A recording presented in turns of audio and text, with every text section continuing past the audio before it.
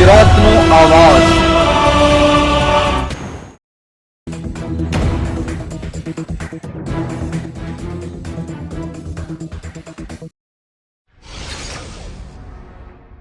રાજકોટ જિલ્લાના મહેસૂલ વિભાગમાં તલાટી ક્લાર્ક અને નાયબ મામલતદાર જેવા કર્મચારીઓ માસ સીએલ પર ઉતરી ગયા પોતાની માંગણીઓને લઈને।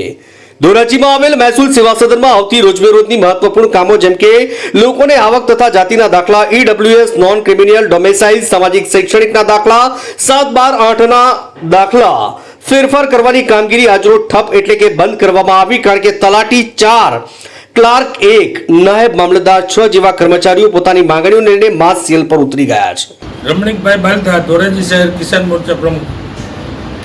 પ્રશ્ન એવો છે કે મામલતદાર ઓફિસે આજે અસંખ્ય ખેડૂતો 7-12ના દાખલા કઢાવવા માટે આવ્યા છે, પણ રેવન્યુ અધિકારીઓ હડતાલ ઉપર હોય, 7-12ના દાખલા નીકળતા નથી। 7-12ના દાખલા એટલા માટે જરૂર છે ખેડૂતોને કે અત્યારે ધિરાણનો નવા જૂની કરવાનો સમય છે।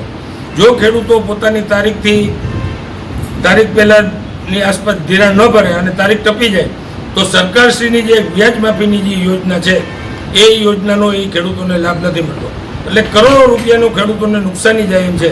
તો અમારી સરકારશ્રીને એવી નમ્ર અરજ છે કે તાત્કાલિક આ પ્રશ્નનું સોલ્યુશન લાવી અને આ કામગીરી ચાલુ કરે।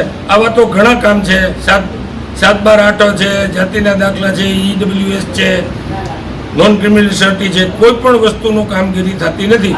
તો અમારી એવી નમ્ર અરજ છે કે વહેલામાં વહેલી તકે આ પ્રશ્નનું નિરાકરણ લાવી અને ખેડૂતોને એના લાખો કરોડો રૂપિયાનું જે નુકસાની જાય છે એ બચાય, આવી અમારી નમ્ર અરજ છે।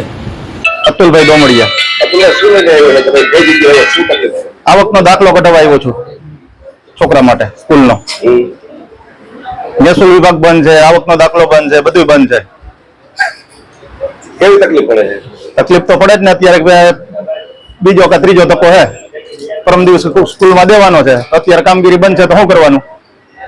શું તમારા સરકારને શું કહેશો? સરકારને કહેવાનું હોય કે બધી આ વ્યવસ્થા ચાલુ રાખો, આમાં માણસો બહુ હેરાન થાય છે।